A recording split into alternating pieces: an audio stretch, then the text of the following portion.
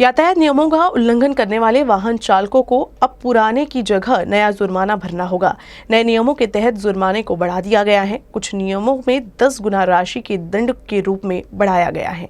पहले वाहन चालकों को यातायात नियम तोड़ने पर 200 रुपए का जुर्माना देकर रिहा किया जाता था, लेकिन अब उन्हें सीधे अदालत जाना होगा। इसीलिए पुलिस यातायात विभाग ने नए मोटर वाहन नियमों का पालन करने की अपील की है। नया मोटर व्हीकल एक्ट लागू होते ही जिला परिवहन पर बढ़ी हुई राशि के हिसाब से जुर्माना लगेगा। इसकी शुरुआत अमरावती शहर में ट्रैफिक पुलिस ने कर दी है। दिन ब दिन बढ़ रहे वाहन चालकों से हादसे, यातायात नियमों आदि के उल्लंघन के कारण मोटर वाहन अधिनियम में संशोधन किया गया है। बिना licence driving, fancy number plate, wrong side driving, triple seat driving, बीमा आदि के बिना ड्राइविंग के प्रकार हमेशा चालू रहते हैं। नए ट्रैफिक कानून के तहत जुर्माने की राशि नए सिरे से तय की गई है। साथ ही ई चालान प्रणाली में संशोधित जुर्माना राशि के अनुसार जुर्माना लगाया जाएगा। नए संशोधन के मुताबिक कुछ अहम मामलों में सीधे जुर्माने की राशि 10 गुना तक बढ़ा दिया गया है। यदि चालक गलती करता है तो उसे दंड के साथ आपराधिक कार्रवाई का सामना करना पड़ेगा। नए यातायात नियमों के बारे में नागरिकों में जागरूकता पैदा करने के लिए ट्रैफिक पुलिस लोगों में जागरूकता भी बढ़ा रही है। इसीलिए पुलिस यातायात विभाग ने नागरिकों से अपील की है कि वे नए नियमों के जुर्माने देने से बचने के लिए यातायात और ड्राइविंग के नियमों का पालन करें। वाहतूक सुधारित अधिनियम लागू झालेला आहे, त्याची अंमलबजावणी सुरू झालेली आहे। जुन्या कायद्या आणि या कायद्यामध्ये नवीन कायद्यामध्ये खूप दंड वाढ करण्यात आलेली आहे आणि लायसन्ससुद्धा रद्द होतात। दंडाची रक्कम मोठ्या प्रमाणात वाढवल्यामुळे चालकांच्या खिशाला फार मोठ्या प्रमाणात झळ पोहोचू शकते। म्हणून सर्व वाहन चालकांना आमची विनंती आहे की त्यांनी तंतोतंत वाहतुकीचे नियम पालन करावे आणि ज्यांच्या घरी अल्पवयीन मुले आहेत त्यांनी विना लायसन कोणालाही वाहन चालवण्यास देऊ नये। इन्शुरन्स आहे विना लायसन याच्यामध्ये प्रचंड प्रमाणात वाढ केल्यामुळे याचा त्रास झळ वाहन चालकाला पोहोचू शकते। हा कायदा संपूर्ण महाराष्ट्रामध्ये लागू झालेला आहे। सेंट्रलचा कायदा आहे, त्याची अंमलबजावणी 12 तारखेपासून संपूर्ण महाराष्ट्रात सुरू झालेली आहे। पहिले वाहन नो पार्किंगचे चार्जेस 200 रुपये दंड तडजोड शुल्क आकारायचो, परंतु आता तडजोड शुल्क न आकारता त्यांचे प्रकरण कोर्टामध्ये पाठवणार आहोत। आम्ही जनतेमध्ये जनजागृती हो म्हणून प्रसार माध्यमाद्वारे, मीडियाच्या माध्यमाद्वारे, प्रेस नोट काढून त्यांना त्यांच्या मार्फत जनतेपर्यंत आमचा संदेश पोहोचवत आहोत। तसेच ऑडियो क्लिपद्वारे शहरामध्ये जाहिरात करत आहोत। कोरोना की पहली और दूसरी लहर में जहां मरीजों की संख्या तेजी से बढ़ रही थी, वहीं शहर के कई डॉक्टरों ने भी कोरोना के डर से अपने क्लिनिक बंद कर दिए थे। हालांकि ऐसे में अमरावती शहर के कैंप क्षेत्र में स्थित दया सागर अस्पताल कोरोना मरीजों के लिए फरिश्ता बन गया है। साथ ही गरीब से गरीब मरीज का बिल माफ किया गया। पिछले 2 साल से अब तक बिना अस्पताल बंद रखे मरीजों का इलाज कर रहे हैं। कोरोना काल में कई डॉक्टरों ने मरीजों के संक्रमित होने के डर से अस्पताल को बंद कर दिया और घर पर ही रहे। दया सागर अस्पताल के डॉक्टरों और उनके स्टाफ ने लगातार कोरोना मरीजों का इलाज किया। कई लोगों को कोरोना की दूसरी लहर में बेड भी नहीं मिल रहा था। ऐसे में दया सागर अस्पताल में आने वाले सभी कोविड मरीजों का इलाज चल रहा था। इस अस्पताल में केवल शहर के ही नहीं बल्कि ग्रामीण इलाकों से मरीज इलाज के लिए आते हैं। कोरोना काल में 2500 मरीजों को इलाज के लिए दया सागर अस्पताल में भर्ती कराया गया, जबकि कई गरीब मरीजों का मुफ्त इलाज किया गया और जबकि कुछ मरीजों को रियायतें भी दी गई। जिला प्रशासन ने कोरोना काल में मरीजों से ज्यादा पैसे लेने वाले अस्पताल के खिलाफ कार्रवाई करने के निर्देश दिए हैं, लेकिन दया सागर अस्पताल इसका अपवाद है, क्योंकि यहाँ एक भी मरीज से अधिक पैसा नहीं वसूला गया। सर, हमने पूरा मिला के 2500 पेशेंट को हमने इलाज किया था, तो सब जन सेटिस्फाइड था। हम किसी से भी एक पैसा भी ज़्यादा नहीं लिया। बहुत लोगों को हमने कंसेशन दिया था। हमने देखा तो 10 लाख के आसपास हमने कंसेशन दिया पेशेंट को। मैंने सब जन खुश में थे, सब जन हैप्पी थे, किसी का कुछ नुकसान भी हमने नहीं किया। जो गवर्नमेंट से कुछ ऑडिट हुआ था उसमें कुछ उनको डाउट था, फिर सेकेंडरी ऑडिट हो गया, उसमें पूरा क्लियर हो गया, पूरा क्लैरिफाई कर दिया था। हमने एक भी पैसा नहीं लिया, किससे भी नहीं लिया। उनको भी मालूम है बहुत पेशेंट आते हैं हमारे इधर। मैंने बहुत मिडिल क्लास पेशेंट ज़्यादा से ज़्यादा आते हैं। सब जन अच्छा लगता है, सभी को अच्छा लगता है। ज़्यादा वो लोग बोलते कभी भी आएंगे तो बोलते इधर ज़्यादा पैसा कुछ भी नहीं लगता, बहुत फैमिली एटमॉस्फेयर होता। अब से हम इधर आएंगे तो हमको दवाई के साथ में दुआ भी मिलते, इसलिए हम इधर आता है करके। तो उनको बहुत विश्वास है हमारे ऊपर। फिर हमारे इधर बीपीएल भी है, बीपीएल का भी हम इंडिजेंट और वीकर सेक्शन को भी हम देता है, जो गवर्नमेंट के रूल के अनुसार हम देते रहते। सब अच्छा रह के मैंने सब कुछ है हमारे पास में। अभी हमारे पीएसए प्लान है, ऑलरेडी रेडी है हमारा, अभी अक्टूबर से चालू भी है ऑक्सीजन के लिए। फिर हमारा अभी 2 वेंटिलेटर भी नया लिया हमने। फिर आईसीयू में भी हमने सब कुछ है ना वो रेनोवेट किया है, पूरा वार्ड पूरा। अभी पूरा बेड भी ऑक्सीजन पूरा बेड में रखा है। मैंने रेनोवेट किया, तैयारी के साथ में हम बैठ रहे। अगर आएंगे तो हम भी रेडी है कभी भी उनको इलाज करने के लिए। अस्पताल के डॉक्टर ने बताया कि वर्तमान में अस्पताल कोरोना की तीसरी लहर से उत्पन्न खतरे से निपटने के लिए तैयार है। महाराष्ट्र के नासिक में आदिवासी सम्मेलन का आयोजन किया गया। धारणी तहसील के सोनाबर्डी गांव के लोक नृत्य अव्वल रहा। हाल ही में महाराष्ट्र के नासिक में एक आदिवासी सम्मेलन का आयोजन किया गया था, जिसमें आदिवासी सांस्कृतिक लोक नृत्य करने का निर्णय लिया गया, जिसके लिए राज्य के आदिवासी बहुल क्षेत्रों से आदिवासी लोक नृत्य गदली सुसुम के कलाकार पहुंचे। इस कार्यक्रम में मेलघाट से सोनाबर्डी गांव के संघ भी दाखिल हुए। इस संघ को संदीप तोटे नासिक ले गए हैं। इस कार्यक्रम में 40 से 50 संघों ने हिस्सा लिया था, जिसमें धारणी तहसील अंतर्गत आने वाले सोनाबर्डी गांव के गड़ाली सुसुम टीम ने अव्वल स्थान हासिल किया है, जिसकी हर तरफ तारीफ हो रही है। आदिवासी विकास परिषद के महाराष्ट्र प्रदेश अध्यक्ष लकी जाधव ने शीर्ष नंबर पाने वाले सोनाबर्डी की टीम को 15,000 रुपए का पुरस्कार प्रदान किया। इस मौके पर महाराष्ट्र के राजस्व मंत्री बालासाहब थोरात, जितेंद्र मोघे, धारणी तहसील के संदीप तोटे के साथ आदिवासी विकास परिषद मेलघाट के सैकड़ों कार्यकर्ता मौजूद थे। आदिवासी संस्कृति को संरक्षित करने के लिए नासिक में कार्यक्रम का आयोजन किया गया था, जिसमें धारणी तहसील के सोनाबर्डी गांव की टीम ने गदली सुसुम के लोक नृत्य में पहला स्थान हासिल किया है।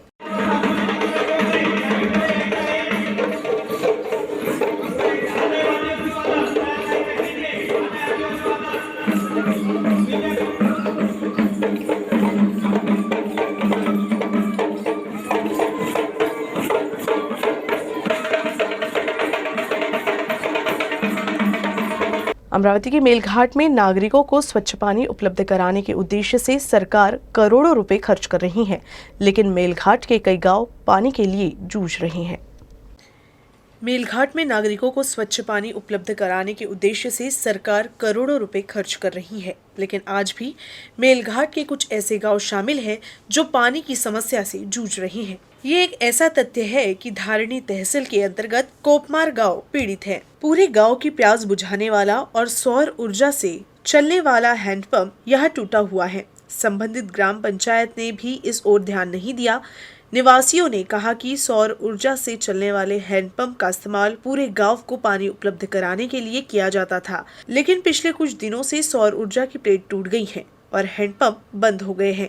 इसलिए यहाँ के नागरिकों को अपने लिए पानी उपलब्ध कराने के लिए काफी मशक्कत करनी पड़ती है। कोपमार गांव के नागरिक 2 हैंडपंपों के माध्यम से अपने और अपने परिवार के लिए पानी उपलब्ध करा रहे हैं। अमरावती जिले के चिखलदरा में महाराष्ट्र की ऐतिहासिक धरोहर गाविलगढ़ किले में आज युवा वीर योद्धाओं के वीरतापूर्ण कार्यों को गर्व से याद कर रहे हैं। कहा जाता है कि गाविलगढ़ किले में पहला जौहर 1803 के युद्ध के दौरान हुआ था। चिखलदरा में गाविलगढ़ किला कई राजनीतिक शक्तियों का केंद्र था। किले की स्थापना 11वीं शताब्दी में राजा गवली ने की थी। शिवकाल के बाद इस किले की जिम्मेदारी शाहू महाराज ने नागपुर के भोसले को दे दी थी। उन्होंने गाविलगढ़ किले के समृद्ध खजाने को संरक्षित करने के लिए कई वर्षों तक काम किया। इसी दिन 1803 में अंग्रेज मराठों के इस खजाने को लूटना चाहते थे और भारत में पैर रखना चाहते थे। उस समय बेनी सिंह किले का रखवाला था।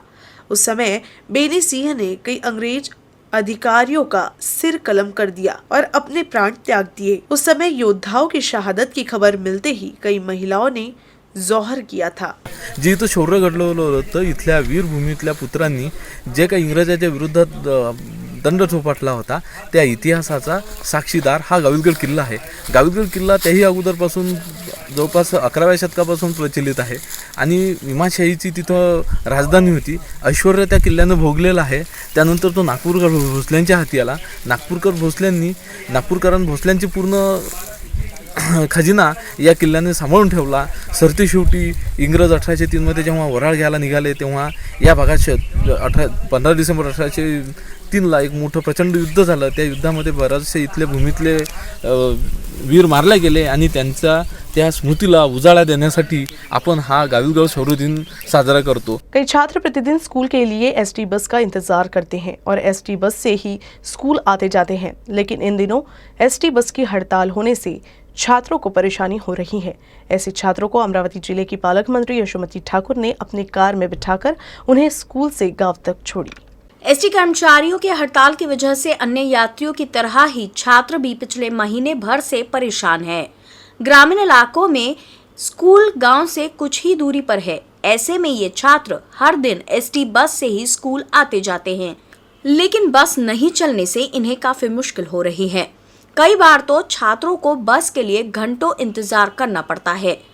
अमरावती जिले के मोजरी फतेहपुर जाने वाली एसटी बस का कुछ छात्र इंतजार कर रहे थे। काफी देर इंतजार करने के बाद भी एसटी नहीं आ रही थी, जिससे छात्र परेशान हो गए थे। तभी जिले के पालक मंत्री एडवोकेट यशोमती ठाकुर वहां से गुजर रही थी। उन्होंने इन छात्रों को परेशान देख अपनी कार रुकवाई और उनसे बात की। तब छात्रों ने एसटी बस के इंतजार की बात बताई। ये बात सुनते ही पालक मंत्री यशोमती ठाकुर ने छात्रों को अपनी कार में बैठने के लिए कहा। फिर छात्रों ने अभिभावक मंत्री की गाड़ी में मोजरी से फतेहपुर की यात्रा की। इस दौरान छात्रों और यशोमती ठाकुर के बीच बातचीत भी हुई।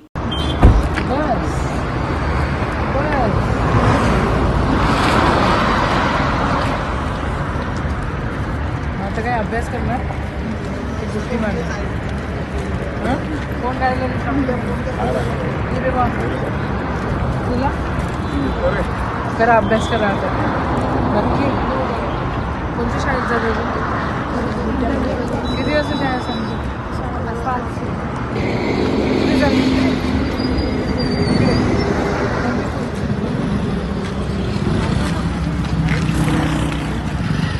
राष्ट्रसंत तुकडोजी महाराज ने भारतीय स्वतंत्रता संग्राम के दौरान अपना महत्वपूर्ण योगदान दिया है।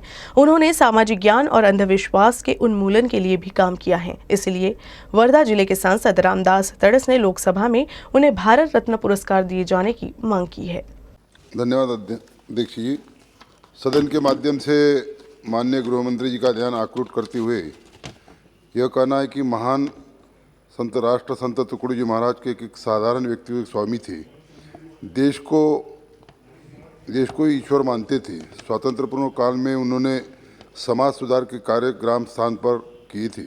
भूदान आंदोलन, आदर्श ग्राम, व्यसन मुक्ति, श्रमदान, ग्राम व्यस्तता अभियान आदि कार्य उनके द्वारा किए गए। सरकार से किसी प्रकार की मदद किए बगैर उन्होंने गाँवों में आदर्श ग्राम बनाया था। उसके द्वारा रचे गए भजनों के प्रेरित लेकर 1942 में विदर्भ के चिमूर, आष्टी, यावली, बेनोड़ा की इतिहास क्रांति हुई थी।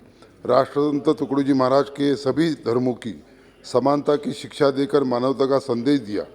अंत सदन के माध्यम से मैं गृह मंत्री जी के आग्रह करता हूँ कि ऐसे महान राष्ट्रसंत तुकडोजी महाराज द्वारा किए गए देशभक्ति, ग्राम विकास के कार्य को देखते हुए देश के सर्वोच्च सम्मान मरणोत्तर भारत रत्न के उन्हें सम्मानित करने जाए। धन्यवाद। पूरे विश्व को स्वच्छता का मंत्र देने वाले और लाखों भक्तों की पूजा स्थली श्री गाडगे बाबा का 65वां पुण्यतिथि महोत्सव शुरू हो गया है। गाडगे बाबा के समाधि स्थल का उद्घाटन मेयर चेतन गावंडे ने किया।